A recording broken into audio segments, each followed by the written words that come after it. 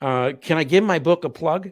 Absolutely. And I should point out that the one thing that really struck me about your book is that it really does make use of a lot of new information, Thank you. information that we haven't seen in other documentaries, other books. And maybe you can explain to the folks out there where this information came from.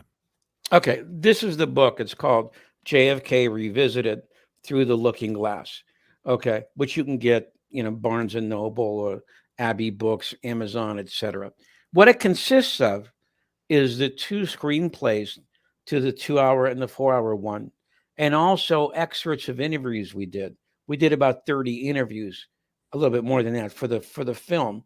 And what they didn't get into the film is in the book.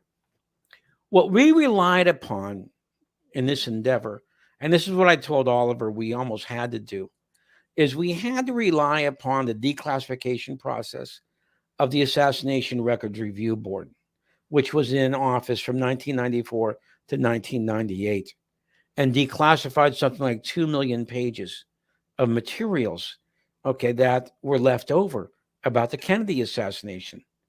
And I said, that's what we should build the documentary around. And we brought in a lot of the experts who knew the case very well, all right, and had read a lot of these documents to talk about what they actually revealed about the Kennedy assassination and the impact of the Kennedy assassination afterwards. And so we believe, at least I believe, okay, that these documents and this information changes the face of the Kennedy assassination, both in a forensic point of view, that is, the nuts and bolts of it as a murder case, and also what happened afterwards, the impact of his assassination throughout the world in areas like the Middle East and Indonesia, for example, which don't get talked about very much, not very much at all. And I think we proved in the documentary through our experts, forensic pathologist. We had the most illustrious criminalist in America, Henry Lee. Okay.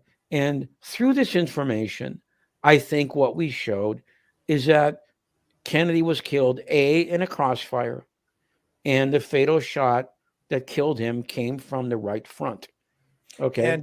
And that's because you point out in the book that the autopsy that was done was incredibly sloppy.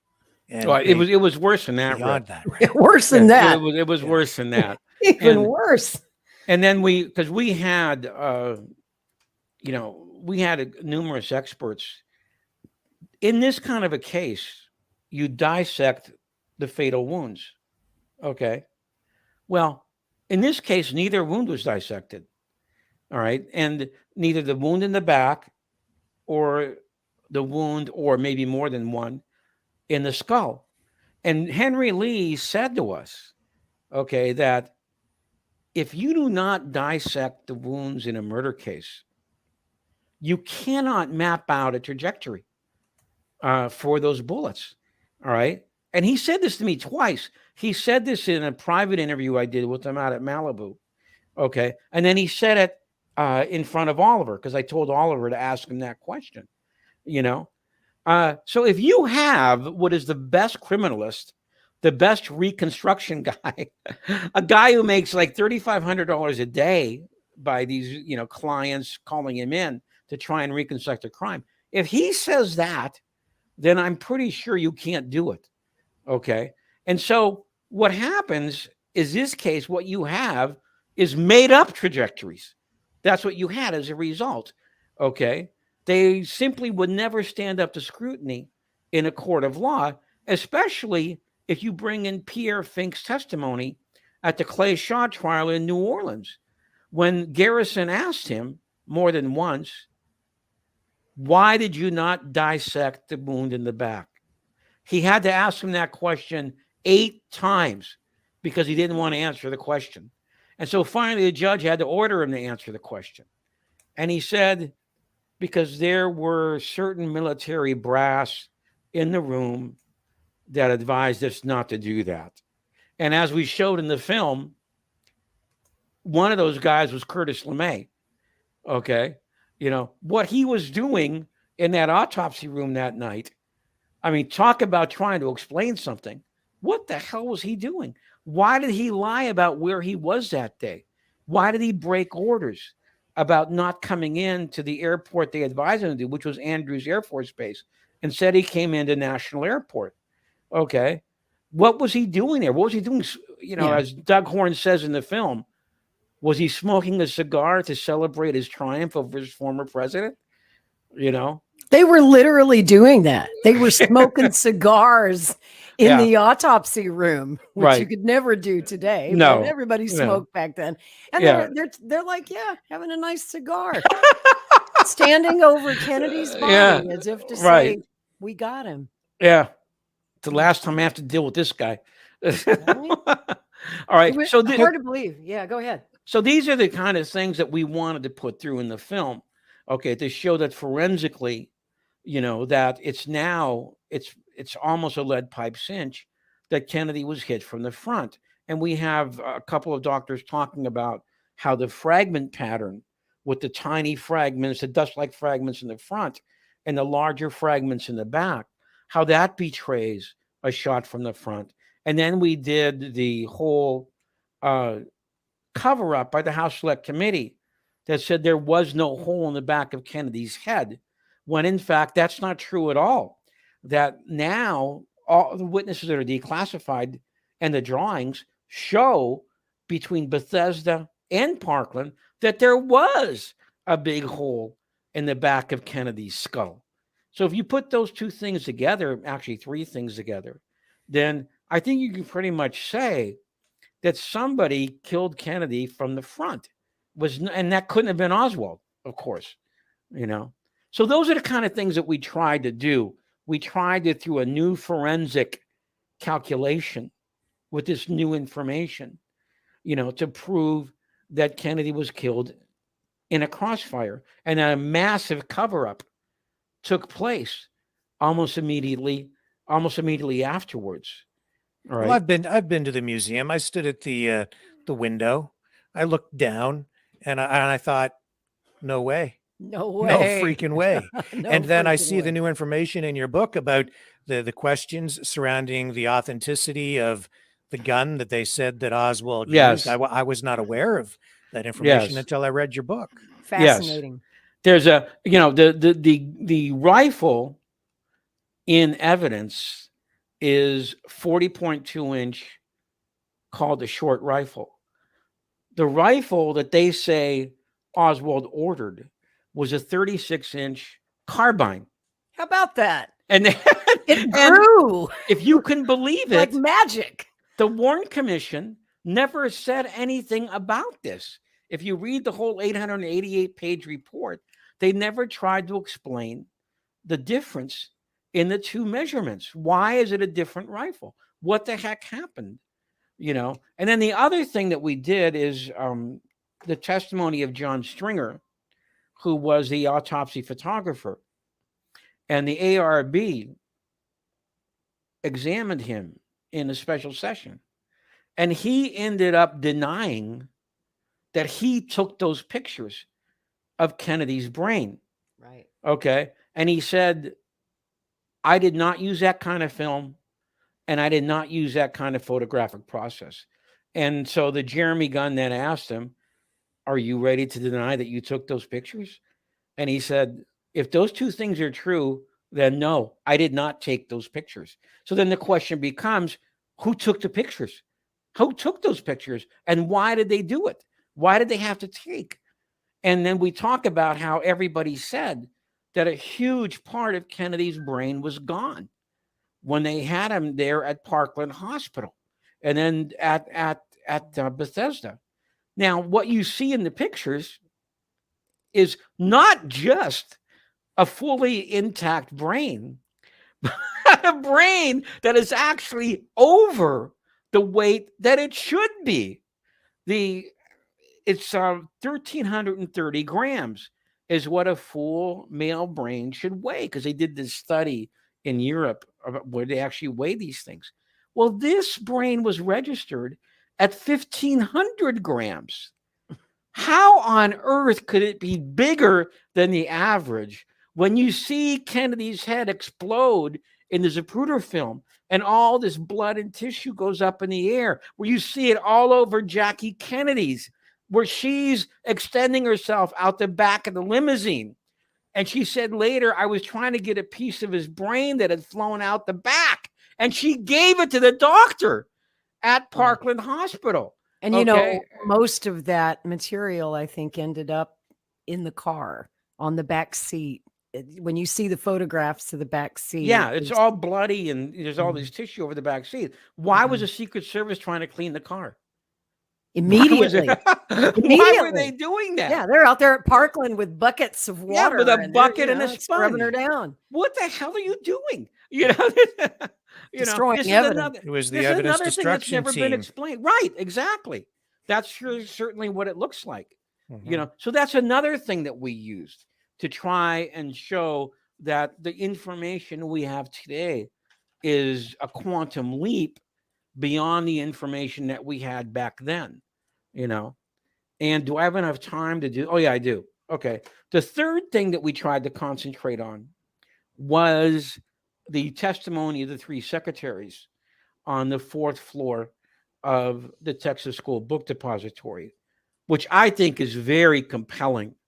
Okay. Victoria Adams, Sandy Stiles, and Dorothy Garner.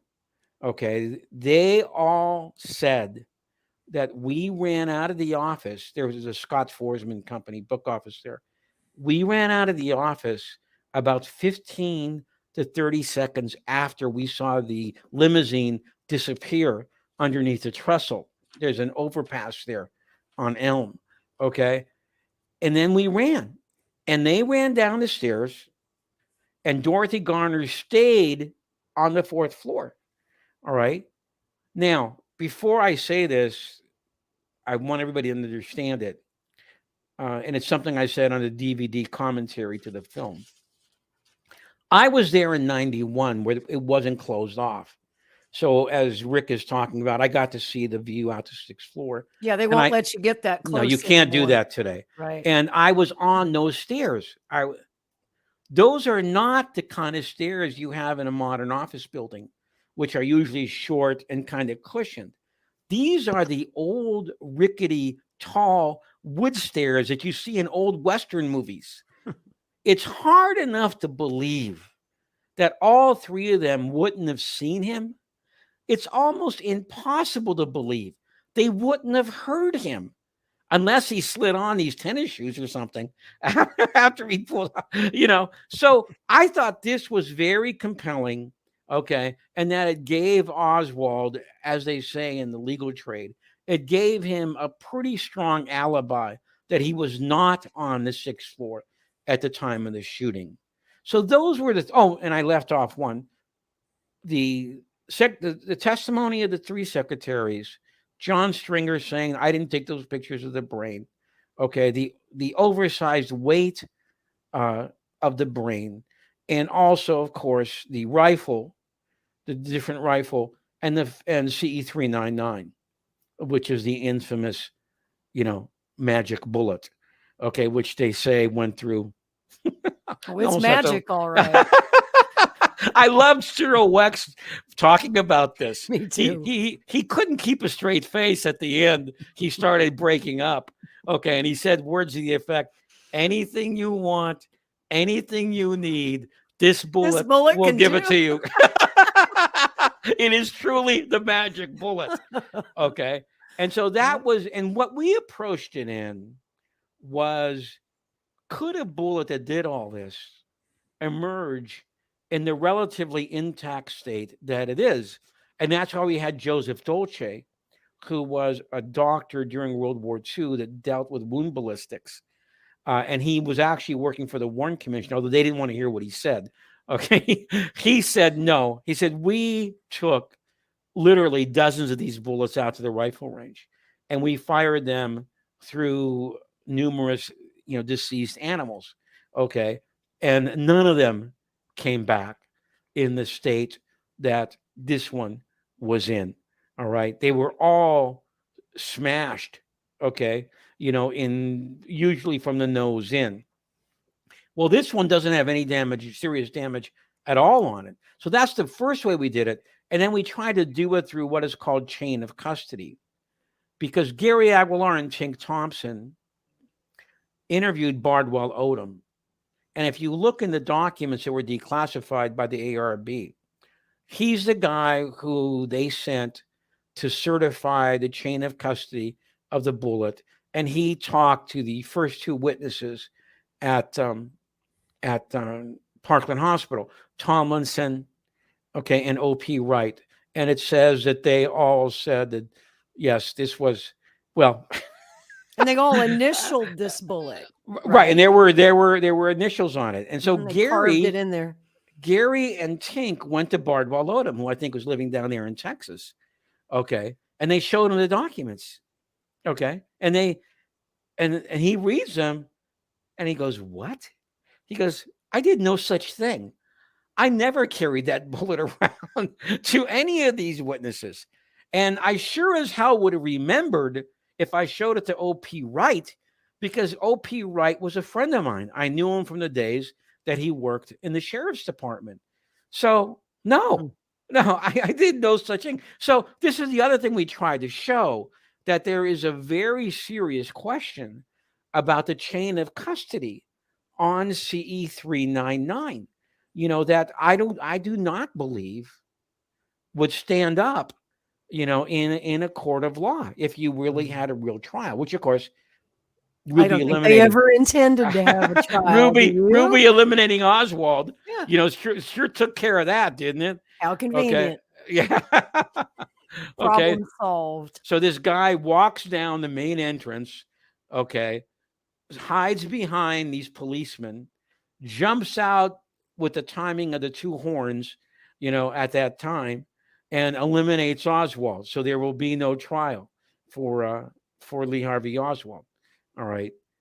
And so those were some of the things that we thought were new, or a combination of new and old material, that we thought would prove the case that you could never convict Oswald in a court of law today. We even had Bob Tannenbaum, who was the homicide prosecutor in New York City for about 7 years. We had him literally say that on screen, that you could never convict Oswald on this evidence, at a real murder trial. I'm sure everyone has seen this before, but I'm going to show you the assassination of Oswald. It's about 30 seconds long. I think this is the first time in the history of television that we saw a live murder on national TV. Because remember, President Kennedy the assassination was not broadcast on television. People have that kind of confused now. We didn't see the Zapruder film until 1975. That was kept from the American people. And it was not broadcast live. There were local TV stations in Dallas that had some footage of the motorcade, but they did not capture those critical seconds when Kennedy was killed. So the murder of President Kennedy was not on TV, but the murder of Oswald was, because the Dallas County Jail was filled with reporters to capture the transfer of the prisoner out of the local jail. So this is an old newsreel of how it happened. Madness and hate erupt anew in Dallas as President Kennedy's accused assassin is shot down himself during a jail transfer. There's an ominous symbol in Lee Harvey Oswald's murder weapon as he is taken to the city jail basement, where an armored car is to move him to a maximum security cell. Oswald walks his last mile. His assailant moves in from the right. There is Lee Oswald. He's been shot. He's been shot. Lee Oswald has been shot. Now, from another camera, the motion is slowed. The murderer moves in, and here is the shame of all America as Jack Rubenstein takes the law unto himself. The dying Oswald is rushed to the same hospital where President Kennedy died. Doctors work to save his life. But 48 hours and 7 minutes after the president's death, his accused slayer is dead. Pretty amazing when you think about it, isn't it? I mean, I don't know how many cops there were. This guy who's the alleged assassin of the president is killed in a room full of police. Very odd, isn't it? You know, Yeah. I mean, let's put it this way. Jack Ruby was probably there because he knew all these guys. You know, he knew upwards of 500 Dallas policemen, and that weekend he'd been walking around freely, okay, for the police department as Oswald was apprehended. That's right. All right, and then he's there at the midnight press conference on Friday night when DA Henry Wade says he's part of the Free Cuba Committee. And Ruby says, no, corrected him. Yeah, he did. That's the Fair Play for Cuba Committee. I wanted to make sure that you heard that. Fair Play for Cuba Committee. Right. Yeah. And Jack was kind of disguised in the back of the room as a reporter. He had these glasses on with a tablet in front of him, you know, with a pen in his hand. You know, Jack was not a reporter for anybody, you know, but he was definitely there. Then the next day he comes in, he's giving sandwiches to all these guys. And then on Sunday morning, and the Warren Commission refused the countenance's testimony. There's about 6 people who say they saw Ruby there at 9 o'clock in the morning before he killed Oswald. All right. And then this happens in the midst of, I believe, now don't hold me to this, but I think that there were a total of 60 police officers, you know, located at all locations between the lobby there and also the parking lot, you know, but somehow Jack Ruby manages to break through and with one shot goes ahead and kills Oswald. That I saw this live and I was just stunned. And I think most of America was just stunned when they saw this. You know, and it's just too much. You know, 2 days after the president's been killed in this shocking assassination, then it was unbelievable. And I think it's where many people came to the conclusion after thinking about it. Was Oswald killed because they were afraid he would talk? You know, I think that's a natural conclusion that one would think of. You know, is that the reason they did this? Such a high risk situation right in the basement with all these cameras there? You know, Jim, I have long thought that there probably wouldn't even be any conspiracy theories about the murder of President Kennedy. Everyone probably would have bought the single gunman story had it not been for the assassination of Oswald. I think that was the moment that every American, or at least most thinking Americans, went, now, hold on a minute. What did I just see? This guy was killed in a room full of police officers under the heaviest guard. And now there's not going to be a trial. And, you know, I think that was the birth of every conspiracy theory about JFK. I agree with that. You know, it was just too much. I mean, Kennedy, Tippit, and now Oswald, 3 murders in one weekend. You know, I mean, exactly. What's going on down there in Dallas? Yeah, I mean, this is really what's bizarre. Going on in Dallas.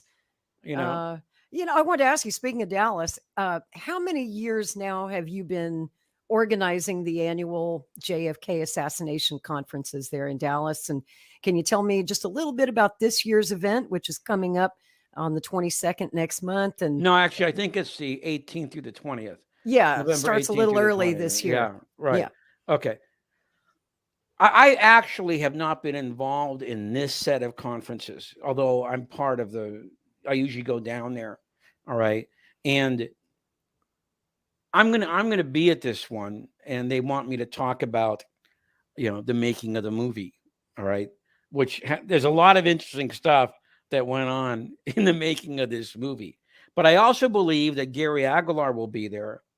He's one, and Tink Thompson. They're the plaintiffs in this lawsuit. Yeah. And we're going to talk about that in a minute. But first, there's so much to talk about. They're going to be guests at this conference also. Okay. Great. And I think there will also be a God, I can't remember his name now. A British writer who just wrote a book about the medical evidence, okay, focusing on what happened with the House Select Committee. Okay, I can't remember his name right now, but I know he the will one you're talking about. he will also be there. All right.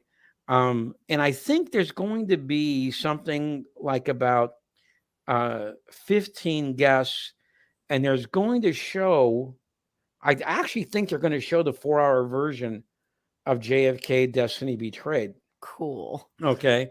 All right. Cool. And as you know, or maybe you don't know, Max Good made a film about Ruth Paine called Yeah. The Assassination and Mrs. Paine. And I think that's going to be also shown, which has managed to raise a lot of hackles. Okay. bet. He actually got it streaming on several platforms. Okay. She didn't like the film very much. I wonder why. Okay. So Yeah, she's a lightning rod to this day. And how old is yes, Ruth Paine? 90. Got to be in her 90s. 90. Yeah. And of course, Cyril Wecht will be there, the forensic pathologist. Yeah, I heard Cyril Wecht was going to be in the house this year. That's great. He will be there. So it should be a pretty interesting conference. Okay, from the 18th to the 20th. Okay, you can get the information online.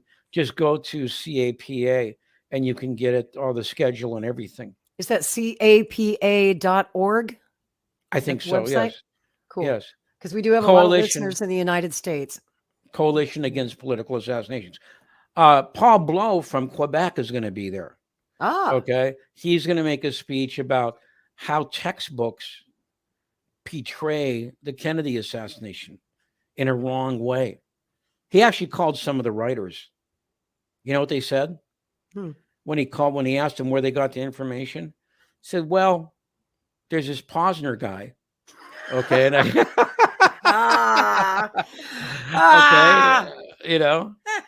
talk about lazy. Don't get me started on Gerald Posner. All right. Okay. And so that's what some of them said. And the other ones said Bugliosi. Okay. Well, he can't come because he's dead.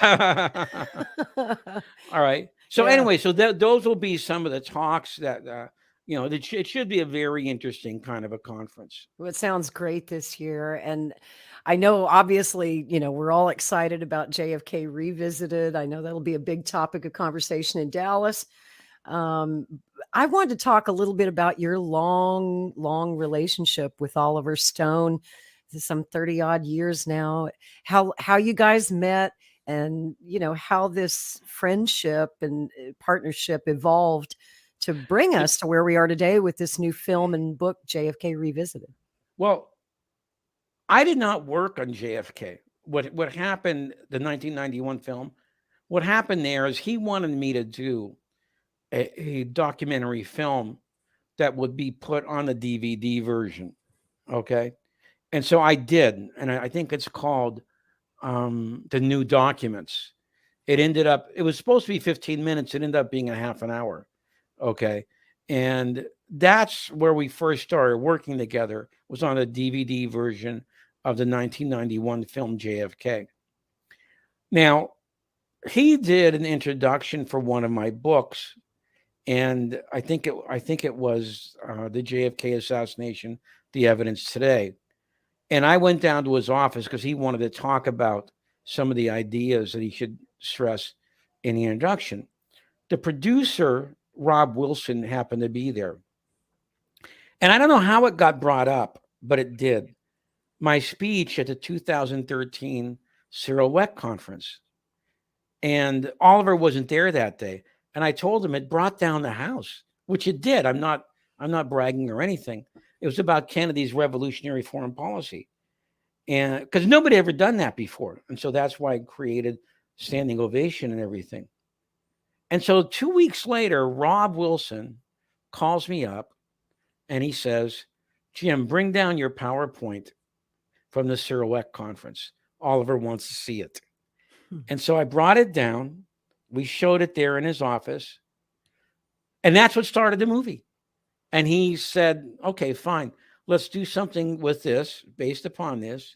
Okay. And at the beginning, he was not going to take a major role in the film. He said, I'll interview a few witnesses. Okay. He ended up He just couldn't interviewing. resist. He had to do this. He interviewed over 80% of the witnesses. Yeah. Okay. I would make up the questions. Then I would go into his suite or his office. We'd go over the questions. Then he would come out and he would go ahead and question the witnesses.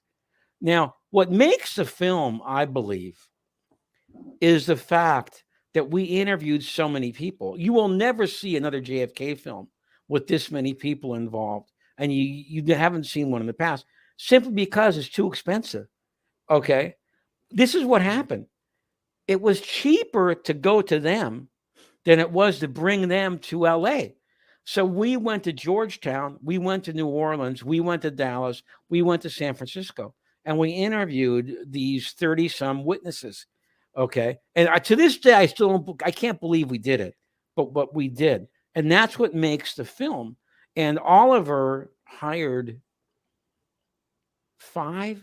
Yeah. We had 3 editors and 2 assistant editors because we had so much film to cut from all those interviews. I think it was something like 50 hours. All right. And Oliver is really a kind of hands-on type editor. He's there in the editing room. Okay. And, advising what to do, what he likes, what he doesn't like. That process took a long, long time. I mean, this documentary, I still don't believe it. I can't believe it. I can't either. I've been waiting 30 years for this film since the original JFK came out. I was watching a documentary about the making of Butch Cassidy and the Sundance Kid.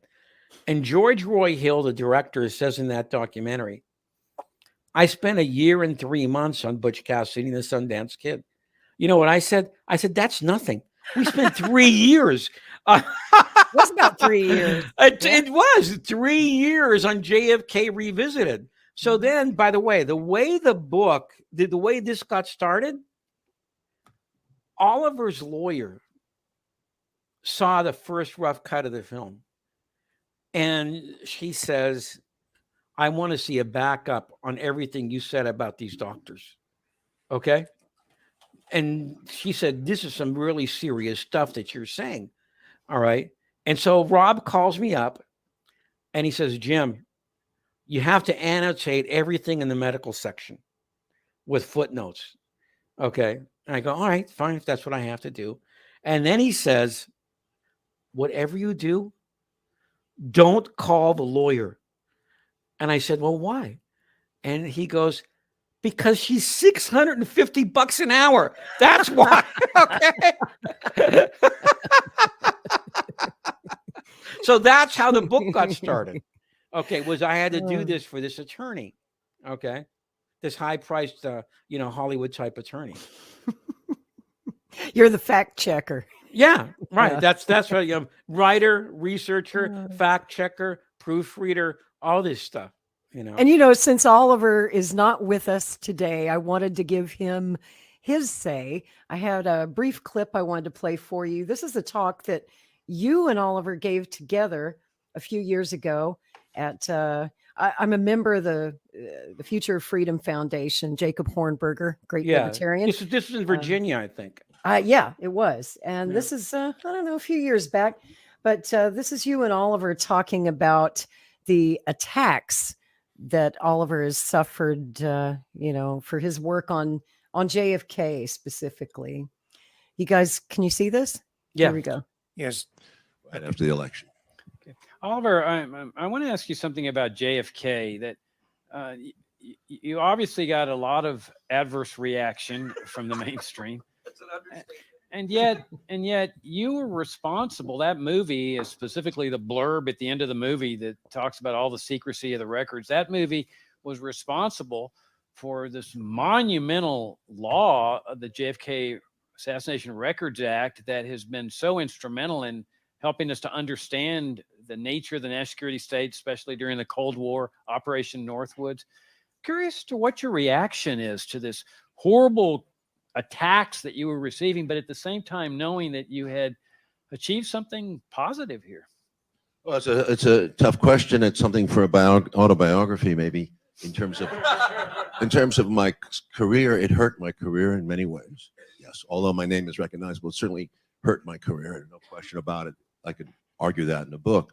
but the condemnation made me feel bad personally because I had always been quiet in my nature. I was never sought out to be controversial at all. I was shy in school and remained so, and very much a conformist. My life is mixed up. It's a mixed bag.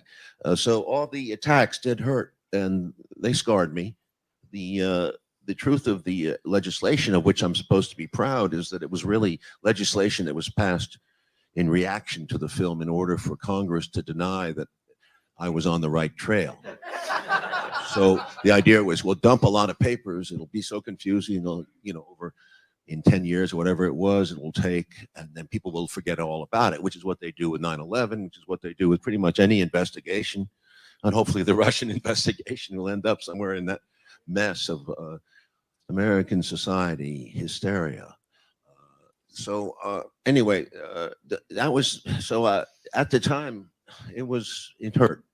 I tried to be strong, and I kept going. I never looked back. And the next movie I made is very interesting. Right away, I turned around and made a classical movie about a Vietnamese peasant woman, Layli Haislip, who wrote 2 beautiful books about Between Heaven and Earth, about her experience. It was called Heaven and Earth, with Tommy Lee Jones and a beautiful young actress called Hip T. Lee from Vietnam. I found her. Joan Chen was in it. And it's beautiful. I still love it. It's one of my favorites. It's very emotional. And she goes between 2 cultures, the Vietnamese and the American, between communist, capitalist, she lives during the war, both sides, spying, not spying, almost killed, and then she's tortured. So it's interesting, all the torture, all women, refugees, her villages. She ends up in the United States with an American special ops guy who has a dark past. He's a hero, but then as we find out, he turns into a darker man like many American war veterans at that time were having real problems, still do. We're having real problems, suicides.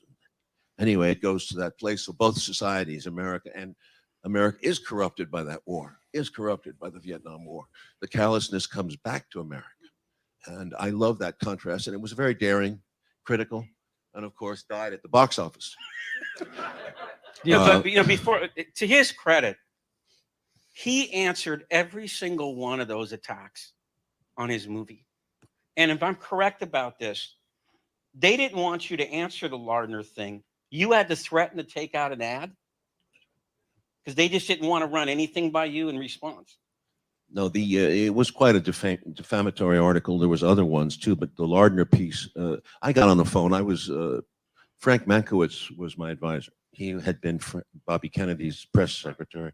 So he knew what he was doing, but he felt we should respond. And when I called Ben Bradley at the Washington Post, he took my call finally, and acted like he hated me without knowing me. He hated me because he was a good friend of Jack Kennedy, and obviously did not believe in anything of this nature or knew whatever. I didn't sense that there was any. So Lardner was his national security correspondent, was a vulture, has a history of defending American interventions all over the world, very good at it. His past better than me. Nicaragua, probably Guatemala. Anyway, so the point is that the Washington Post was, they still are. Who are we kidding here? Where is the Washington Post? Jeff Bezos owns it doesn't matter who owns it. It's an institution that keeps running on its petrol of lies. They had to. We fought with them. We'd say we're going to buy a fucking page and we're going to run this whole fucking thing, and we're going to embarrass the shit out of you for not publishing it. It's the only way you works with these guys. They are tough, and they're nasty. They know it, and they're dealing in a very tough world. Who wants to be a newspaper man? You know how miserable it is. It's a tough job. Jealousy, rivalry, getting the scoop. It doesn't matter what's the truth. What matters is the scoop. What matters is the attention paid, the circulation. So it becomes a cynical business, as bad as advertising. The hucksters, they called them in those days, in the 50s. Right, Ray? Would you say anything else? Ray? Oh, Ray McGovern. You want something to add on that? He's there. Yeah. You remember the Washington Post in those days? You served in... Yeah, because they were making themselves big heroes after Woodward and Bernstein, weren't they? anybody, I mean, it's part of that front, you know. It was a big publicity for the newspaper business. And what happened is what's the owner, Catherine Graham, according to this book, this new book, had such a bad reaction to the liberality of the 70s that she cracked down in the 80s and went conservative with the Post. That's right. And so here we are. Never let the truth get in the way of a good story. Exactly. Right. The reply that he wrote, well, I thought I couldn't believe I was reading it. Okay. You know, because it was really a strong reply, very well thought out, you know, and he got to say some things that you would never, you would never ever believe got into the Washington Post. And now he says, because it's either that or we're going to buy an ad, you know. You know what an ad in the Washington Post costs? A lot. Yeah, a lot. And the Post is still attacking Oliver and you by extension. When JFK Revisited came out, wasn't it Max Boot who wrote of all people? Of all people, that guy, you know, Max wrote Boot is attacking our film. Okay, you know, Max Boot. What the heck does he know about the JFK assassination? All right. From the sounds of it, very little. Yeah. Right. And also Tim Weiner. Tim Weiner, who used to be at the Times, went over to the Rolling Stone. He attacked us. Oh, that was and terrible. there is also this guy named, who I never heard of, James Kerchak, okay, at Graydon Carter's Airmail. He attacked us. Now, you know, want to know what this guy did, James Kerchak? I challenged him to a debate. Oh, that guy. Yeah. That guy. Yeah. I challenged him to a debate, and I said, look, I will go ahead and be the only person on my side. You can bring in 2 other people. Okay. It'll be 3-1. And then I will give you all the receipts from the auditorium, because I know this will attract a lot of people, like at UCLA or something. Okay. You can donate it to any cause you want. You know what he did? He clicked me off on his email. Now, there's a really courageous guy, huh?